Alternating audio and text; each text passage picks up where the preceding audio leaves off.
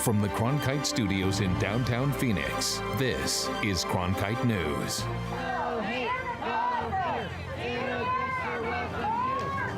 Protesters in Tucson tried to make sure their voices were heard as Steve Bannon took to the stage to accept an award. Also tonight, the LGBTQ community is strutting down the runway for a cause. How these drag enthusiasts are fighting for their community on both sides of the border. And Arizona's Snow Bowl is hoping to open the slopes tomorrow after a series of delays due to high temperatures. Cronkite News starts now. Good evening and welcome to Cronkite News on Arizona PBS. I'm Sydney Eisenberg. And I'm Victoria Mendoza. Thank you for joining us. On Saturday, former White House chief strategist Steve Bannon visited Tucson to accept an award for excellence in journalism from the Brian Terry Foundation. Cronkite News reporter Fortessa Latifi has the story. Fortessa?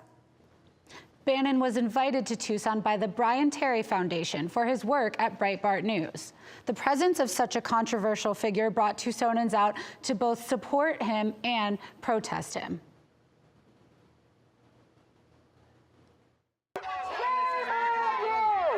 Tensions ran high Saturday afternoon as protesters and supporters faced off, clearly divided not only by barriers and a street, but by standing on opposite ends of the political spectrum. Summer Aguilera was there to protest against Steve Bannon's appearance. I cannot stand by while somebody like Bannon is celebrated when his repertoire of hate speech goes on for decades. Steve Bannon came to Tucson to accept an award from the Brian Terry Foundation, an organization started after Border Patrol agent Brian Terry was killed in the line of duty in 2010.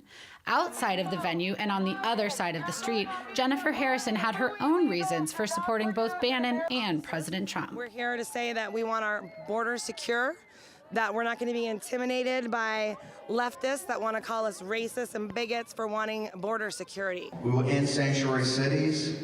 Inside the Marriott Star Pass Resort, Bannon engaged a crowd of supporters during a 25-minute speech where he mostly spoke about the election and the strategy that got President Trump elected. Focus on southern border security, focus on these criminal cartels, focus on the issue of illegal immigration. RJ Jaffe was proud to have Bannon visit Tucson. They're yelling no borders, they're yelling no USA at all, they're yelling no nations. These people are the radicals, these people are the problem. Victoria Khalidi, on the other hand, didn't think Bannon deserved the honor. Steve Bannon represents to me all that is wrong with the current administration. He kind of personifies the hate and the fear and the racism. The Brian Terry Foundation told Tucson News Now, quote, "You can agree with the speaker, you can disagree with the speaker. That's our right as Americans. That's one of the reasons Brian did what he did," end quote. In the broadcast center, Fortessa Latifi, Cronkite News. Texas authorities hope a $20,000 reward will lead to a suspect in the death of a Border Patrol agent. Rogelio Martinez was killed and his partner seriously hurt when they were attacked in the Big Bend sector yesterday morning. Today, President Donald Trump used the attack to renew his push for a border wall. We talk about the wall. We're going to have the wall. It's part of what we're doing. We need it. That's rough territory. That's where the drugs are coming in. A lot of things are happening along the border, the southern border, and we're going to straighten it out. President Trump has been pushing for a wall since his campaign, but there has been a pushback in Congress with some saying it's unnecessary.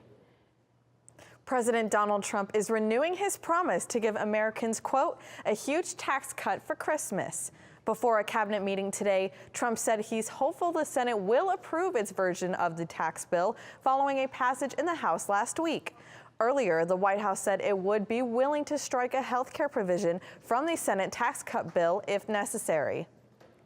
Arizona is showing some steady overall gains when it comes to personal income. A new national estimate from the U.S. Bureau of Economic Analysis shows that personal income rose 2.5% last year in metropolitan areas and 1% in more rural areas. In Arizona, all counties except for one saw positive growth in income over the last year. Greenlee County fell less than 1% to an average per capita income of just less than $40,000. The top county of per capita income was Maricopa, with the average income of $43,628, and the lowest was Pinal County, where the average income was just less than $28,000. We're learning tonight the cost of the opioid epidemic beyond the loss of life. The White House says in 2015, it cost the U.S. more than $500 billion. The analysis by the Council of Economic Advisors was released this morning. They say this estimate is more than 6 times larger than the most recent estimate. Last month, President Donald Trump declared opioid abuse a national public health emergency. The government says nearly 100 people die every day from opioid abuse. And we're getting new numbers from the Arizona Department of Health Services on the crisis here in Arizona. Since June 15th, there have been more than 4,000 possible opioid overdoses. Of that, more than 550 of those were deadly. Since they started collecting data, last week had the lowest number of possible overdoses, with just 65. An increase in abuse and even thefts are causing Valley pharmacies to change how they do business. Cronkite News reporter Kevin Gessner spoke to local pharmacists and the State Pharmacy Board, who are changing practices to fight abuse and fraud. So we decided to stop selling the medication, so we no longer carry oxycodone or oxycodone products. The owner of Rosie's Pharmacy in Central Phoenix says she made that decision after her pharmacy was robbed 3 times in 3 months by people looking for narcotics. We had to lock our door for that reason too, so you have to ring the bell before you come in. Then there's prescription fraud. Rosie Vallon says she's combating addicts who are, quote, pharmacy shopping. That's why she relies on the Controlled Substance Prescription Monitoring Program run by the Arizona State Board of Pharmacy. If you are a brand new customer coming in the door, we are going to look you up in the monitoring program. If you're a regular customer, you get checked either quarterly or every 6 months. And she's not alone in that policy. Teresa Stickler, owner and pharmacist at Melrose Pharmacy in Phoenix, says the program helps her watch out for those who may be abusing narcotics and says she has seen fewer fake prescriptions because of it. It is easy to look through and kind of see what prescriptions other patients have filled, controlled substance prescriptions. The database shows things like if the patient has tried to fill the prescription elsewhere, if they're filling it early, or they've been prescribed a painkiller before. Doug Scavarla is the director of the program, and he says although prescriptions for opioids have decreased, overdoses have increased. As the opioid tablets become less available, a lot of people are turning to heroin. Just last month, Arizona started requiring doctors to look at the monitoring program before prescribing opioids to help patients' health and continue to fight opioid fraud. In Phoenix, Kevin Gessner, Cronkite News. Cronkite News is dedicated to covering the opioid crisis. You can watch our documentary Hooked RX, From Prescription to Addiction, and find resources for getting help online at hookedrx.org.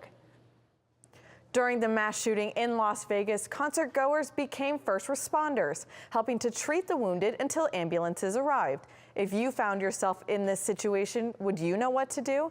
Reporter Drew Marine takes us through training to stop the bleed. When there's an emergency, the first rule of thumb is to call 911. However, the time it takes for EMS and that help to arrive could be 1, 3, 5, or even longer minutes. It only takes 5 minutes for someone to bleed out, which is why it's important bystanders know how to apply tourniquets and pack wounds before help arrives. And that's part of the instruction through the Stop the Bleed program at St. Luke's Medical Center in Phoenix. And I'm going to cinch it down here. And then once I have it cinched to this point, then I'm just going to turn that this rod over and over and over again until he says ow. Once the bleeding has stopped, it's time for CPR. And you already controlled the bleeding, but now you need to circulate what oxygen is in the blood to those vital organs, especially the brain. Okay? So the goal is 100 compressions per minute. You just keep going fast and hard.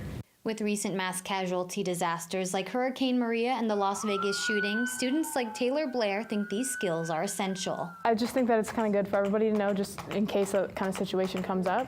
I can definitely show others for sure. Like I'm going to try and share that with my family, maybe a couple friends, and kind of just spread the word a little bit. The Stop the Bleed campaign was launched by President Barack Obama and the White House in 2015. Reapplying pressure until you've got it all. In Phoenix, Drew Marine, Cronkite News. The next Stop the Bleed class will be on January 19th, 2018, when St. Luke's expects its new education center to be open. In the museums of Washington, D.C., you can see everything from dinosaurs to space rockets and all sorts of historic relics. But now a whole museum is devoted to one book. Coming up on Cronkite News, we take you inside the Museum of the Bible. I'm Judy Woodruff, anchor and managing editor of the PBS NewsHour. The journalists of tomorrow face a fast-changing media landscape, but quality news remains vitally important to our communities, our country, and our world. At ASU's Walter Cronkite School of Journalism and Mass Communication, students learn solid, reliable reporting, holding the powerful accountable, and rebuilding the public's trust. The Cronkite School and Arizona PBS, preparing the next generation for a stronger future of journalism.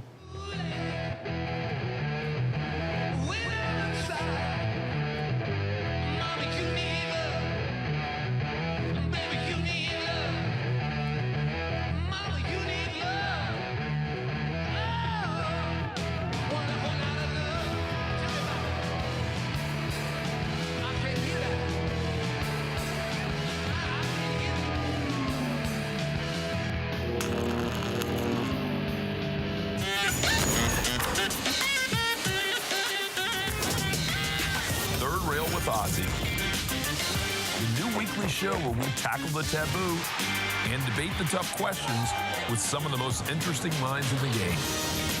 I'm Carlos Watson, electrifying conversation, Friday, only on PBS.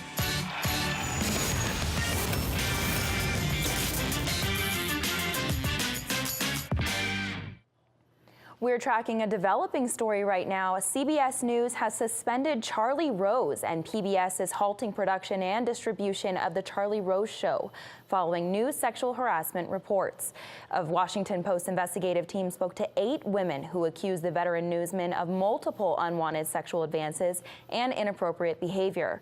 Rolls told the Post that he was deeply embarrassed and apologized for his behavior. The 75-year-old journalist is one of 3 hosts of CBS This Morning and is also a contributor to 60 Minutes. Growing up as a member of the LGBTQ community can be a struggle at times, and for many Latino youths, their journey is made even more difficult because of the conservative, male-dominated, and religious nature of their culture. Over the weekend, a local activist group gave support and a little sparkle to those who say they're discriminated against because of who they are. Cronkite News reporter Alex Valdez was at the show and has the story. 5 months ago, Aaron Castillo embarked on a journey that's been both exhilarating and terrifying. I'm a transgender Mexicano, and right now it's really important for us to, just be visual, especially at this time. Castillo is undocumented and didn't know where to turn to begin his transition. That's when Transqueer Pueblo, a Phoenix activist group dedicated to helping LGBTQ Latinos, stepped in, helping Aaron begin his journey from female to male. Clínica Liberación, which has helped me being undocumented to be able to take my hormones. Like Aaron, many Latino LGBTQ members say they don't know where to go for help and support. One way Transqueer Pueblo offers that is through events like this.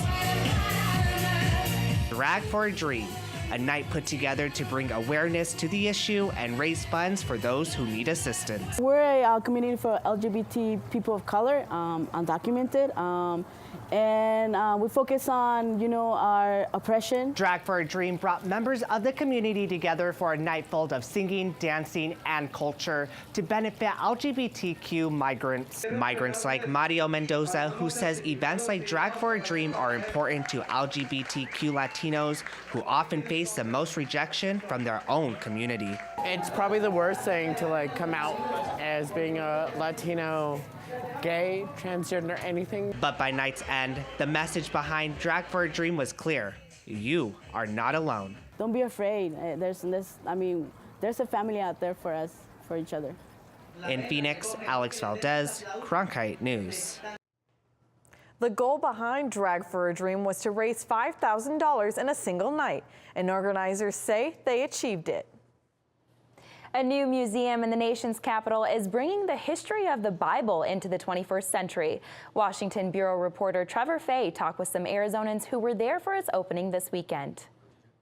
When you walk into the new privately funded Museum of the Bible, there's one thing you may not see right away: Bibles.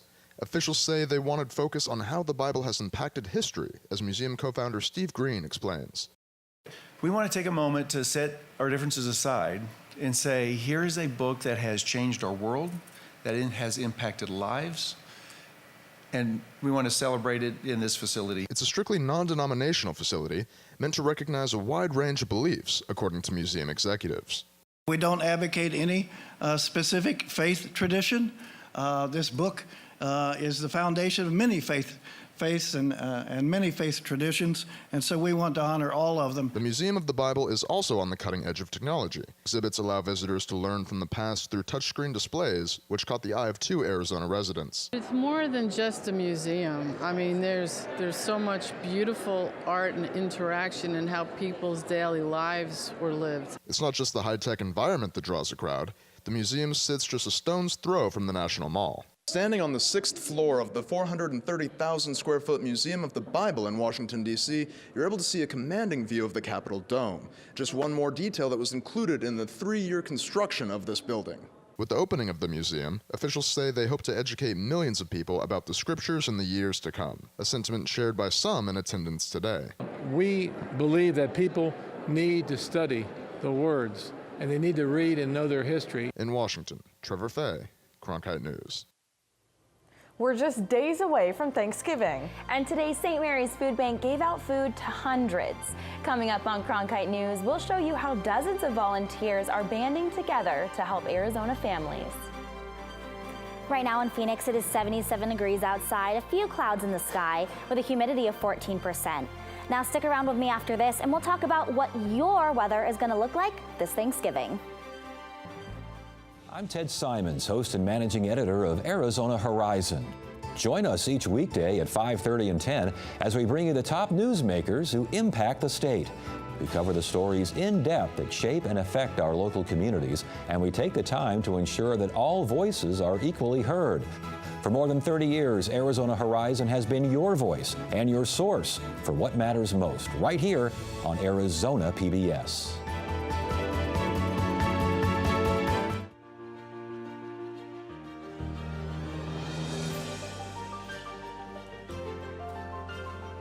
Officially from 36, and he hooks it in. Arizona State wins. Heaving one deep, and it is caught. Jalen Strong, do you believe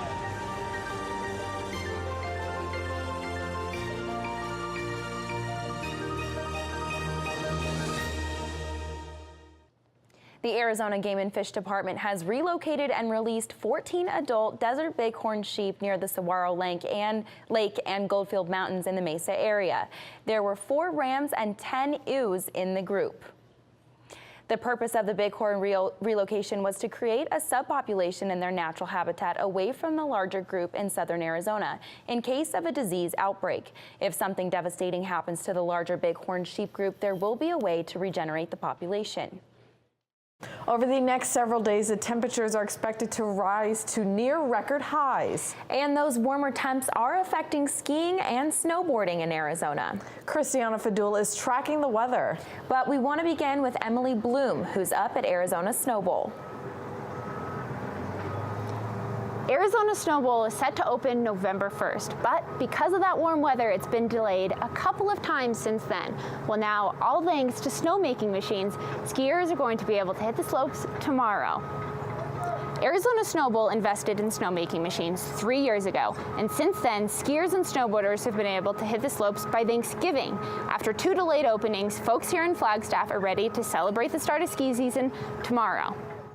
And that's a lot of investment on the part of the mountain. They're putting a lot of money onto the hill to provide this service to people during the holiday week.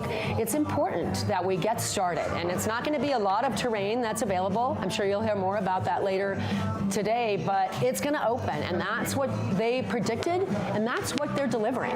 And that means a lot to this community. It means economic value to every business in this town. Okay. While the lifts will be running tomorrow, only a fraction of the trails are going to be open. But with a little help from Mother Nature, they hope to have this entire mountain open by Christmas. In Flagstaff, I'm Emily Bloom for Cronkite News. Now, we definitely aren't feeling those snowball temperatures here in the valley. Christiana, what can we expect for our weather this Thanksgiving and through Black Friday? There hasn't been a huge drop in temperatures this week, but we will see the weather cool down a bit over the next 2 weeks. So right now in Phoenix, it is 77 degrees outside, partly cloudy with a humidity of 15%, so we will not be seeing much rain. Now, as we compare our temperature today to the high average that we've seen, we're definitely not hitting the average or the record. So our record was at 89, so definitely a lot higher than we're at today, and our average 73, so just a few degrees lower than we're used to seeing. Now, looking at the state as a whole, we are seeing in Lake Havasu, it's 72 degrees right now, and Show Low, 63. Now, taking it close to home here in the valley, we're seeing 76 in Surprise and 80 in Goodyear. For the rest of the week, we are going to see a little bit of a fluctuation in our temperatures with 80 tomorrow and then a jump up to 85 on Wednesday. And then by Thanksgiving, it's going to be a warmer 88 degrees with a low of 60. And then as we go throughout the weekend, we're going to bump back down to 80 degrees Friday, Saturday, 84 on Sunday, and then up to 85 on Monday with a low of 59. For Cronkite Weather, I'm Christiana Fadul. The Phoenix Suns were on hand this morning as the St. Mary's Food Bank in Phoenix opened its doors to start giving away turkeys and other Thanksgiving staples to those in need. The Suns' star guard, Devin Booker, was one of dozens of volunteers giving an assist this morning in the annual Thanksgiving giveaway. St. Mary's is expected to feed 12,000 families over the next couple of days. Representatives from the Phoenix Suns organization say it's a great thing to be able to lend a hand. It's kind of humbling, you know. You kind of learn, that you have a very important role here in the community, both representing yourself but also the organization, the Phoenix Suns. St. Mary's is still asking for more turkey donations. Organizers say they are more than 1,000 short of their estimated need. If you'd like to help out, you can find the food bank at 31st Avenue and Thomas in Phoenix.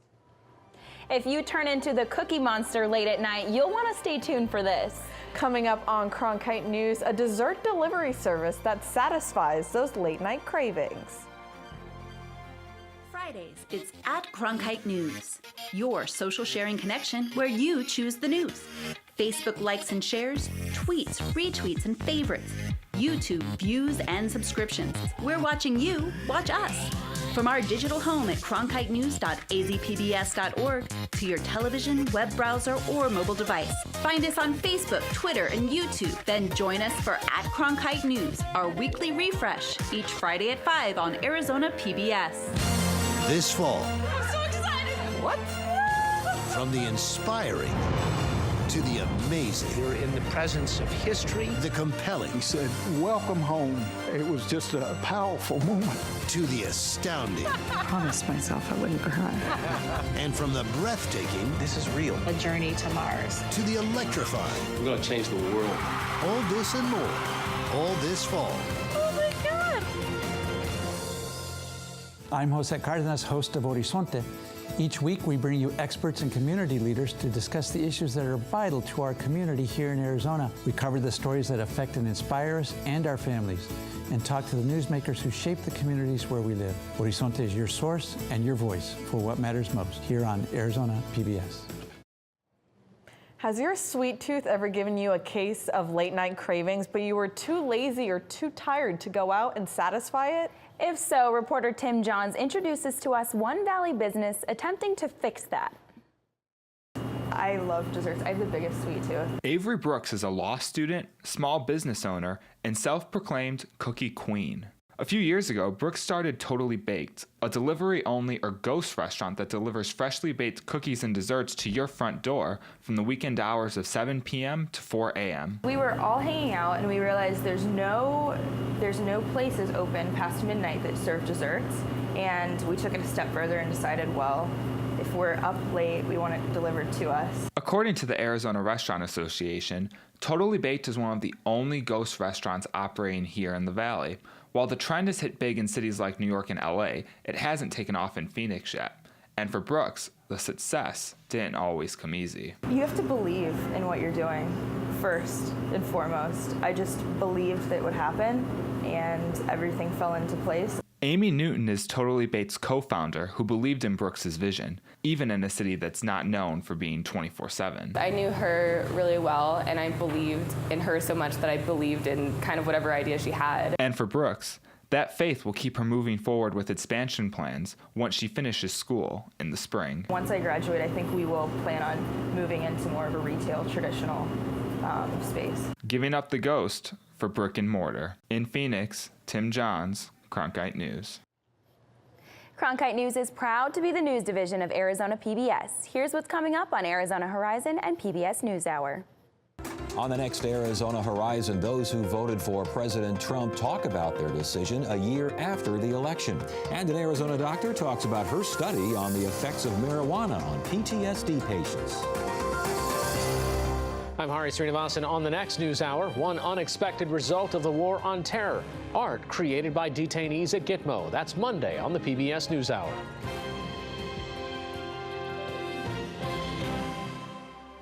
That's it for Cronkite News tonight. Thank you for joining us. For top Arizona stories anytime, go to cronkitenews.azpbs.org.